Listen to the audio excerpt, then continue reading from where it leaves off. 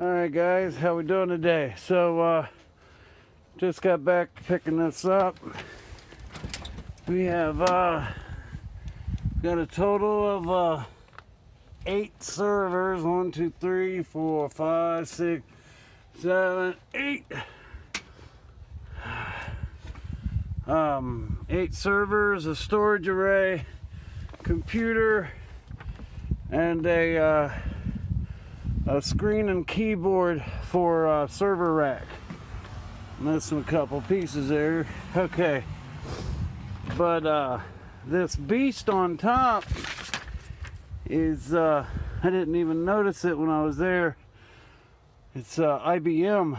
So let's see, IBM looks like 2002.